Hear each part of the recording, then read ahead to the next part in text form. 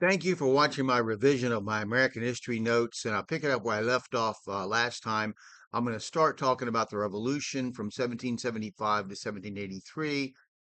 Continue talking about that. So, the Second Continental Congress met on May 10th, 1775, in Philadelphia.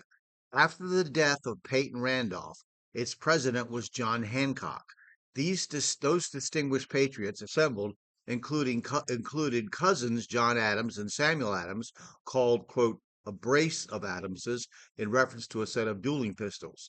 Silas Deane and Roger Sherman of Connecticut, John Jay, William Schuyler, Philip Livingston, Robert Livingston, and William Livingston from New York and New Jersey, Caesar Rodney, Thomas McKean, and Thomas Reed from Delaware, Samuel Chase, born near Princess Anne in my hometown, Somerset County, Maryland, and Thomas Johnson Jr. from Maryland, Patrick Henry, Thomas Jefferson, George Washington, Richard Henry Lee, Francis Lightfoot Lee, and George Wythe from Virginia, Christopher Gadsden, Henry Middleton, eventually replaced by his son Arthur, and John and Edward Rutledge from South Carolina, Joseph Hughes and William Hoover from North Carolina, Lyman Hall and Archibald Bullock from Georgia, and from Pennsylvania were John Dickinson, Joseph Galloway, Robert Morris, James Wilson, and Benjamin Franklin.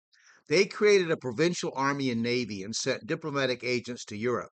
They assumed sovereign powers over Indian relations, with Lewis Morris and James Wilson holding a council in September of 1775 with Blue Jacket, White Eyes, and Cornstalk of the Shawnee, the Delaware, and the Seneca Indians at Fort Pitt.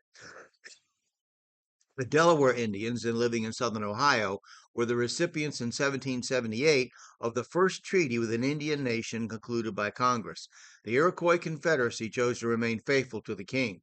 The members of Congress disagreed on many fundamental subjects and were united only in their opposition to the unconstitutional acts of Parliament, but few would utter the word independence, and many were still loyal to the king. Only the Lees, Adamses, Gadsden, and Franklin believed independence to be the only solution.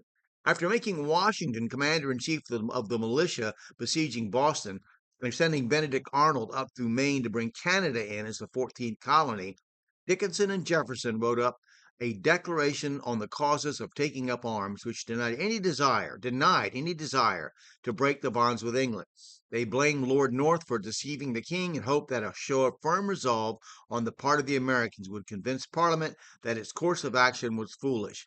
It was a hard thing to decide for these learned men due to the fact that American culture was inextricably tied to Great Britain through all of its history, and secondly, that the Bible did not excuse rebellion. See 1 Peter 2:13. Submit yourselves to every ordinance of man for the Lord's sake, whether it be to the king as supreme, or 1 Peter 2:17.